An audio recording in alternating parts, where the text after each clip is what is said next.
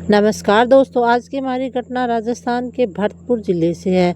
भरतपुर ज़िले में एक डीग नाम का गांव पड़ता है। उस गांव में रहने वाला होता है महेश कुमार। महेश कुमार एक नाई का काम किया करता था। गांव में उसकी एक छोटी सी दुकान होती है। दुकान पे वह बाल काटने का काम किया करता था। महेश कुमार स्वभाव से मीठा था, उस वजह से गांव के सभी लोग इसकी दुकान पे बाल कटवाने आया करते थे। महेश कुमार की दुकान ठीक ठाक चला करती थी और पैसे भी थोड़े ठीक ठाक कमा लिया करता था। महेश कुमार के पास अपनी एक आधा एकड़ ज़मीन भी होती है। कुछ पैसे उसके वहाँ से भी आ जाया करते थे। इस तरीके से घर का गुजारा अच्छे से चला करता था। अब महेश कुमार की परिवार में उसकी धर्मपत्नी होती है, जिसका नाम भावना होता है। भावना बहुत ही खूबसूरत व सुंदर महिला होती है। वह अपने घर में कामकाज किया करती थी। महेश कुमार और भावना के पास अपनी 2 बेटियां होती हैं, जिससे बड़ी बेटी का नाम मीनू होता है, जो 12वीं कक्षा की पढ़ाई करती है, और छोटी बेटी का नाम ममता होता है, जो 11वीं कक्षा की पढ़ाई किया करती थी। दोनों बेटियां पढ़ाई लिखाई में काफ़ी तेज़ व होशियार थी, लेकिन दोनों ही बेटियां जिद पकड़ रखी थी कि हमें एक नया फ़ोन दिला दो। लेकिन माता पिता के पास इतने सारे पैसे नहीं थे कि उनको फ़ोन दिला दें। इस वजह से भावना की दोनों बेटियां अक्सर एक ही बात कहती कि बेटा, हमारे पास इतने सारे पैसे नहीं हैं जो हम आपको फ़ोन खरीद के दे दें। इस तरीके से भावना बस यह 2 बातें करके अपने बेटियों को मन बहला दिया करती थी। लेकिन कुछ दिनों का वक्त गुजर जाता है। इसके बाद बड़ी बेटी मीनू को एक छोटा सा बटन वाला फ़ोन दे देती है। उस समय मीनू अपनी माँ भावना को कहती है कि माँ, छोटे फ़ोन से हमारा काम नहीं चलता। अगर ख़रीदना है तो कोई अच्छा सा स्मार्टफ़ोन खरीद के दो आप हमें। लेकिन भावना मना कर देती। लेकिन थोड़ा सा वक्त गुजर जाता है। इसके बाद उसके पिता महेश कुमार होता है, वह नशा करने की उसको गंदी लत लगी हुई थी। और जैसे ही धीरे धीरे करके जैसे जैसे वक्त गुजरता है, उसके बाद उसका पिता महेश कुमार नशे की गिरफ्त में बिल्कुल जकड़ जाता है। महेश कुमार हर समय नशा किया करता था। नशे की गंदी लत के कारण महेश कुमार लोगों से कर्ज भी लेना शुरू कर देता है। धीरे धीरे जैसे जैसे वक्त गुजरता है, महेश कुमार के सर पर लाखों रुपए का कर्ज हो जाता है। अब कर्जदार पैसे मांगने के लिए महेश कुमार के घर पे आया करते थे, और कर्जदार से परेशान होकर महेश कुमार मन में सिर्फ एक ही बात का फैसला करता था कि मैं अपनी आधी एकड़ ज़मीन बेच दूँ और इन सभी कर्जदारों के पैसे चुका दूँ। लेकिन सुबह के करीब 11 बजे का टाइम होता है। महेश कुमार अपनी पत्नी भावना को कहता कि भावना, मुझे लोगों का कर्ज लौटाना पड़ेगा। अब मेरे पास पैसे नहीं, मैं अपना आधा एकड़ ज़मीन बेच रहा हूँ। भावना जैसे पति की बात सुनती है तो मन में सोचती है कि उसका पति तो ज़मीन बेचकर ही ज़मीन बेचने वाला है। इस तरीके से भावना परेशान होकर पति को कहती कि तुम्हारे घर के अंदर 2 जवान बेटियां बैठी हैं, कल भविष्य में इनकी शादियां भी करनी है। तभी महेश कुमार कहता है कि आधा एकड़ ज़मीन बेचकर जो पैसे आएंगे उनसे कुछ पैसे बचा लेंगे और कुछ कर्जदारों को दे देंगे। बचे हुए पैसे को हम बैंक में जमा करा देंगे। फिर 2-3 साल का वक्त गुजर जाता है। इसके बाद मैं अपनी दोनों बेटियों का हाथ पीले कर दूंगा। इस तरीके से महेश कुमार होता है, वह थोड़ा सा वक्त गुजर जाने के बाद आधा एकड़ ज़मीन जमींदार को बेच देता है। उस समय आधा एकड़ ज़मीन बेचने के बाद महेश कुमार को 20 लाख रुपए मिलते हैं, जिससे वह कुछ रुपए कर्जदारों को दे देता है और 1 लाख रुपए घर पे रख लेता है। जैसे ही उसके पास बचे हुए 15 लाख रुपए होते हैं, उन पैसों को वह जमा करा देता है। इसके बाद वह इसी तरीके से एक दिन होता है जो सुबह के करीब 9 बजे का टाइम होता है। महेश कुमार अपनी बड़ी बेटी मीनू को कहता है कि मीनू, आज तुम्हें स्कूल नहीं जाना है, बल्कि आज तुम्हें बैंक में चलना पड़ेगा, क्योंकि हमारे बैंक में 15 लाख रुपए जमा करवाने हैं। तुम मेरी सबसे होशियार बेटी हो। मीनू कहती है कि कोई बात नहीं पिताजी, मैं तुम्हारे साथ बैंक ज़रूर चलूँगी। इसी तरीके से आधा वक्त गुजर जाता है। इसके बाद जो पिता महेश कुमार होता है वह अपनी बेटी मीनू को लेकर शहर चला जाता है और शहर के बैंक में चला जाता है। बैंक में जाने के बाद बैंक के कर्मचारी से मिलता है और कहता है कि मुझे 15 लाख रुपए जमा कराने हैं। इसके बाद बैंक कर्मचारी महेश कुमार को कहता है कि महेश कुमार, तुम्हारे पास जो अकाउंट है वह हमारे बैंक में ज़रूर है, लेकिन अब उस अकाउंट में कोई भी फ़ोन नंबर नहीं लिखवाया गया है, इसलिए आपको फ़ोन नंबर लिखवाना पड़ेगा। महेश कुमार कहता है कि मेरी बेटी के पास एक छोटा सा बटन वाला फ़ोन है, तुम वही फ़ोन नंबर का अकाउंट रख दो। उसके बाद जो बैंक का कर्मचारी होता है मीनू से उसका फ़ोन नंबर पूछता है और उसे अकाउंट में के अंदर फ़ोन नंबर लिख देता है। फिर बाद में बैंक का कर्मचारी 15 लाख रुपए को सुरेश कुमार के अकाउंट में जमा करा देता है। इसके बाद उसकी बड़ी बेटी मीनू को लेकर महेश कुमार बैंक से बाहर निकलता है, लेकिन बीच रास्ते में मीनू अपने पिताजी से कहती है कि पिताजी, आज हमें कुछ रुपए पैसे बचाए जिससे आप मेरे को एक नया फ़ोन खरीद के दे दो। अब महेश कुमार कहता है कि तुम्हारा मन ही बहुत बड़ा है बेटी, तुम बहुत ही होशियार बेटी हो।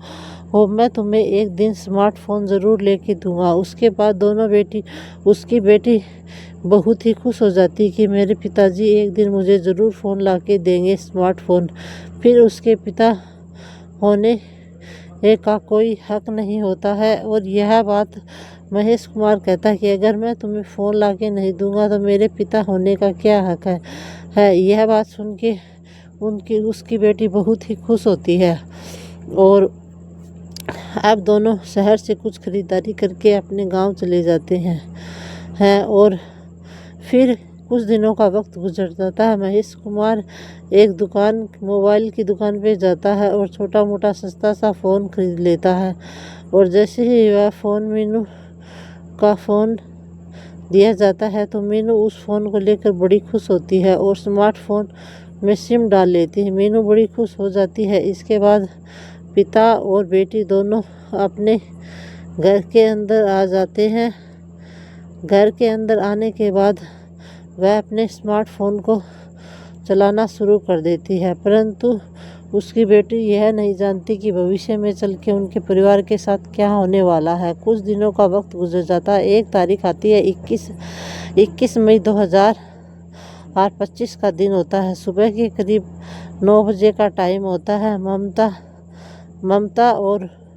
ममता की बड़ी बहन मीनू अपने स्कूल में जाने के लिए तैयार हो जाते हैं। तभी उसका पिता अपनी बेटी मीनू को कहता है कि मीनू, आज मुझे शहर में जाना पड़ेगा, बिजली का बिल जमा कराना है। तब मीनू कहती है कि पिताजी, तुम्हें बाजार में जाने के लिए कोई ज़रूरत नहीं, मैं अपने मोबाइल फ़ोन से तुम्हारा बिल जमा करा दूंगी। जब यह बात कह देती है मीनू तब जैसे ही उसके पिता सुनता है कि बड़ा खुश हो जाता है। इसके बाद उसके पिता महेश अपनी बेटी मीनू को कहते हैं कि मीनू, तुम्हारे बहुत अच्छा काम किया है, फ़ोन खरीद लिया। इस फ़ोन के बहुत ज़्यादा फ़ायदे। मीनू कहती है कि पिताजी फ़िक्र मत करो, मैं शाम को बिजली का बिल खुद जमा कर दूंगी। इस तरीके से अब उसकी बेटी मीनू भी बहुत खुश हो जाती है और इसके बाद वह अपनी दोनों बेटियों को महेश कुमार स्कूल में भेज देता है। लगभग 1 घंटे का वक्त गुजर जाता है। मीनू की मुलाकात उसके क्लास के लड़के से होती है जिसका नाम विवेक होता है। विवेक एक ऐसा लड़का होता है जो कि लड़कियों में ज़्यादा दिलचस्पी रखता है और वह अपने साथ हमेशा मोबाइल फ़ोन भी रखता था और हर मोबाइल फ़ोन में वह गेम खेलता है और गेम खेल कर थोड़े बहुत पैसे होते हैं उनको भी ख़त्म कर देता है। आज के समय में विवेक अपने मोबाइल फ़ोन में गेम खेल रहा था। अब जैसे ही गेम खेल रहा था तो लड़की मीनू उसके पास आती है और मीनू कहती है कि तुम हर समय मोबाइल चला रहे। तो विवेक बहुत ही चालाक होता है और विवेक कहता है कि इस मोबाइल से मैं पैसे कमाता हूँ। यह बात उस समय मीनू पूछने लगती है कि तुम जैसे पैसे कमाते हो। तो लड़का विवेक कहता है कि मैं तुम्हारे सामने ही गेम खेलकर पैसे कमाता हूँ। तब फिर उसकी जो माँ होती है वो कहती है कि तुम्हारे जैसे जो लड़के होते हैं वो पैसे कमाते हैं तो और लड़के किस काम के होंगे। और इसके बाद जो महेश कुमार होता है वह गेम खेलने लग जाता है और कुछ रुपए जीत लेता है। उस समय मीनू भी कहती है कि मुझे भी ये गेम सिखा दो। जैसे ही दोनों और भी मोबाइल फ़ोन में गेम खेलने लग जाते हैं उसी समय लड़का विवेक होता है वह आज मेरे घर पे अपने माता पिता के साथ नहीं था। तुम ऐसा करो कि शाम के समय में आज मेरे घर पर आ जाना। और मीनू कहती कि आज शाम को 5 बजे के आसपास मैं आपके घर पे आ जाऊंगी और आप चिंता मत करो इस बात की। और इसके बाद शाम के 4:30 बजे के आसपास का वक्त होता है। उस समय मीनू वो भावना और को कहती है कि मुझे एक काम के लिए मेरी सहेली के घर जाना है। मैं 2-2.5 घंटे के अंदर ही घर पर आ जाऊंगी। भावना अपनी बेटी बहन मीनू को कहती है कि मीनू जल्दी से आ जाना घर पर। तुम्हारे पिताजी फिर भी मुझे गोलियों से तान कर गए हैं। इस तरीके से भावना कहती कोई बात नहीं, मैं जल्दी से जल्दी आने की कोशिश करूँगी। और फिर कुछ देर बाद उनके दरवाजे पर दस्तक दी जाती है। दरवाज़ा खोलने के लिए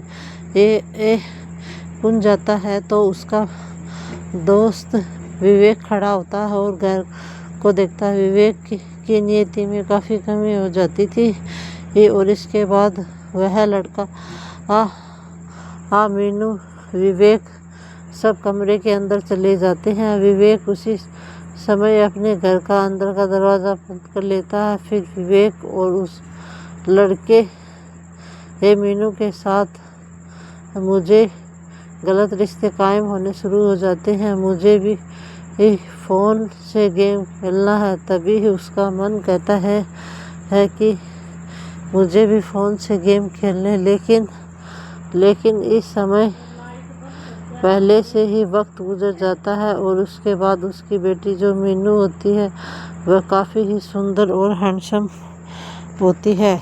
ये सब देख के उसके जो पिताजी होते हैं उसकी नीयत में भी कमी आ जाती है। और उसकी बेटी बड़ी जो मीनू होती है ना उसके साथ उसके पिताजी गलत व्यवहार करना शुरू कर देते हैं और गलत व्यवहार को काफ़ी समय तक अंजाम दिया जाता है। और फिर उसके बाद बहुत ही अच्छा काम किया है।